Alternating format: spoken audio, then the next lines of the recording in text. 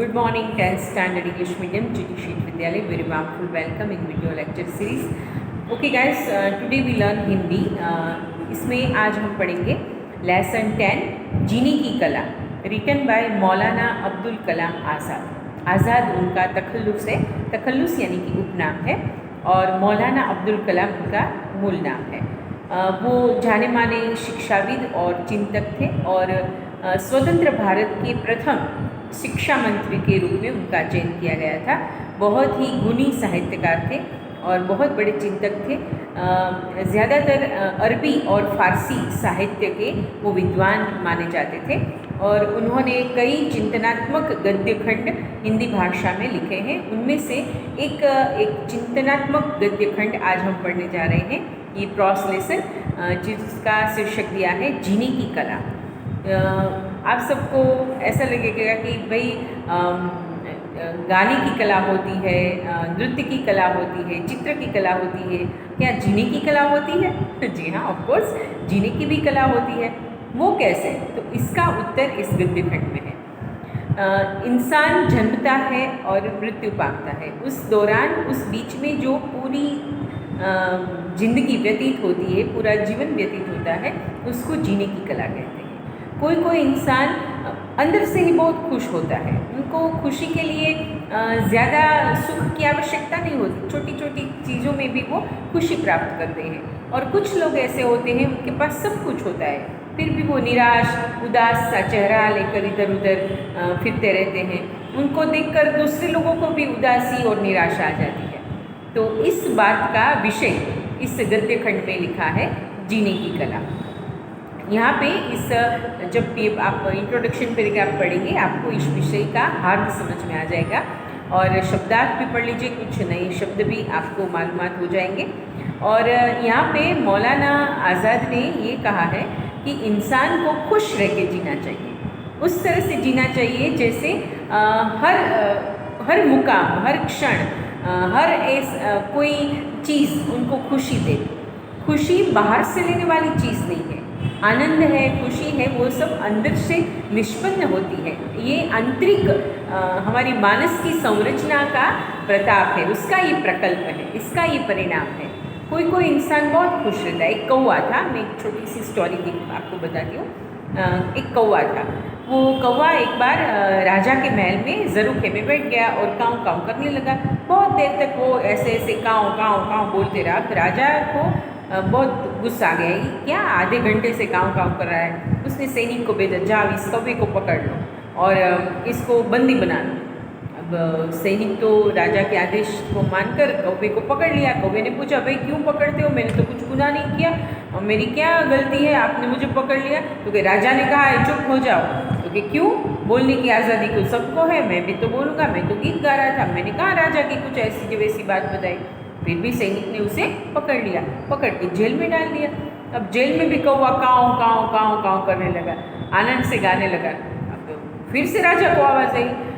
राजा ने कहा, चलो इसको जेल से निकाल कर एक गुड़ के डब्बे में डाल दो। अब कौवा आश्चर्य में हो गया, भाई गुड़ के डब्बे में मुझे डाल रहे हैं? वाह वाह, क्या बात है, आज तो भगवान तुमने मेरा नसीब कैसा अच्छा लिखा है, आज पूरा दिन मैं गुड़ खाऊंगा। वैसे कौवे को कौन गुड़ खिलाता है? ये राजा तो बड़ा अच्छा है। काँव काँव करके गुड़ के डिब्बे में काँव काँव करने लगा। थोड़ी देर हुई, अब राजा को फिर गुस्सा आ गया, चलो यहाँ से निकाल कर इसको तेल के डब्बे में डालो। कौवा बोला, अरे वाह भाई, क्या मेरा भाग्य है, तेल के डिब्बे में मुझे डाल रहे हैं। क्या आज तो मेरे जो पंख हैं ना वो इतने सुंदर हो जाएंगे, इतने अच्छे हो जाएंगे, इतने चमकीले हो जाएंगे। क्या बात है, कौवे को तेल के डब्बे में डुबाया जाए। मेरी चोंच भी बहुत दिनों तक मैंने ऑयल नहीं किया था, मेरी चोंच दुखने लगी थी, आज मसाज हो जाएगा, पूरे बॉडी का मसाज हो जाएगा। कौवा आनंद में आ गया। फिर राजा का गुस्सा आया, चलो इसको तेल के डब्बे से निकाल के घी के डब्बे में डाल दो। अब कौवा बोला, अरे भाई बड़ा भाग लिया है, आज तो मैंने पहले गुड़ खाने को मिला, फिर तेल खाने को मिला, अब तो घी, शुद्ध घी, देशी घी। क्या बात है, आज तो मैं मस्त मौला घी खाकर अपना शरीर बरीर बनवाऊंगा। कई दिनों से मैंने घी का स्वाद नहीं चखा था। कौवा तो मौज करने लगा। अब राजा को गुस्सा आ गया, चलो यहाँ से निकाल कर इसको ये पानी के हौज में डाल दो। कौवा बोले वाह भाई वाह। सैनिक को बोला वाह भाई वाह, क्या बात है, जिस सुगंधी पानी में राजा स्नान करते हैं उसमें आप मुझे डाल रहे हो। इतना अच्छा निर्मल सुगंधित पानी तो मैंने आज तक नहीं देखा। ये देखो, मैं थोड़ा सा गुड़ खा के, घी खा के, तेल खा के मैला हो गया था, अब मैं स्नान करूँगा तो फिर से अच्छा हो जाऊँगा। अब राजा थक गए और हार गए कि ये कौवा किस चीज़ से बना है। राजा कौवे के पास आया और बोला, कौवा तुम हर परिस्थिति में आनंद में रहते हो? तो कहा हाँ राजा जी, मैं हर परिस्थिति में खुश रहता हूँ। क्यों, ऐसा क्यों? राजा ने पूछा। कौवे ने बोला, क्योंकि मेरा नाम है आनंदी कौवा। मैं हर चीज़ में आनंद ढूंढता रहता हूँ और मैं हर बार प्रसन्न रहता हूँ। अब राजा ने मान लिया और उस कौवे को बोला कि अच्छा, आपसे तो कौवा राजा, आपसे मुझे ये बात सीखने को मिली कि हर चीज़ से आनंद लेना चाहिए, तो आप आज से मुक्त हैं, जहाँ कहीं भी जाना चाहो जा सकते हो। कौवा ने भी राजा का धन्यवाद किया और उड़ गया। तो ये जो कहानी है, इस कहानी का हार्द इस पाठ के हार्द से मिलता है। हमें हर हाल में खुश रहना है। अगर कभी कहीं प्रवास में गए हो और कुछ पत्तों में अगर कोई खाना परोसते तो वो भी खा लेना चाहिए। अगर 5 स्टार होटल में गए हैं तो बहुत अच्छे अच्छे व्यंजन आए, वो भी खा लेनी चाहिए। घर में डाइनिंग टेबल पर जो भी आए, दाल भात रोटी सब्जी, वो भी खा लेनी चाहिए। और कभी कभी ऐसा हो कि बहुत भूख लगी है तो थोड़े से कुछ चने मिल जाए या कुछ ऐसा मिल जाए, वो भी खाकर आनंद लेना चाहिए। तो हर चीज़ में आनंद लेना हमारे जीवन की कला है। ये बात मौलाना अब्दुल कलाम आज़ाद हमें यहाँ पे सिखाते हैं इस गद्य खंड में। आप जैसे पूरा गद्य खंड पढ़ेंगे तो आपको मालूम आ जाएगा। वैसे तो बहुत छोटा सा लेसन है, लेकिन बहुत बड़ा संदेश इस लेसन में छुपा है कि इंसान को अपने जीवन में हर क्षण आनंद में, हाँ कुछ क्षण दुख की भी होती है। जैसे अगर कहीं गिर गए, लग गई, तो उस समय हम अपने आप पर हंसी नहीं कर सकते हैं, अच्छा हुआ मुझे लग गई, अच्छा हुआ मुझे बुखार आ गया, ऐसे ये तो मूर्खता है। लेकिन उस बुखार में, उस पीड़ा में भी कुछ देर बाद उस चीज़ का आनंद तो नहीं, लेकिन उस परिस्थिति को स्वीकार करना भी जीने की कला है। कोई इंसान देखो, अगर बारिश हो जाएगी ना तो ऐसा बोलेगा अरे अरे क्या बारिश हो गई, सब गीला गीला हो गया। अगर जैसे झाड़ों के मौसम आ जाएगा, सर्दी आ जाएगी, अरे कितनी ठंड पड़ रही है, तोबा में तो तरस, ये ठंड से तो भाई हाल बेहाल है। फिर गर्मी आती है तो कहते हैं अरे इतनी गर्मी, क्या करे, कूलर और एसी के बिना नहीं रह पाते, ये क्या गर्मी है। कोई इंसान, कुछ इंसान होते ही ऐसे, हर चीज़ में उसको बस नुक्स ही निकालने होते हैं, हर चीज़ में लिमिटेशंस ही देखते हैं। और कुछ इंसान प्रकृति के सभी स्वरूप को बहुत अच्छी तरह से उसको एक फील करते हैं और उसके साथ बहुत ही कंफर्ट होते हैं। देखिए, प्रकृति ने अगर ये ऋतुएं न बनाई होती तो हमारा हाल कितना बेहाल होता।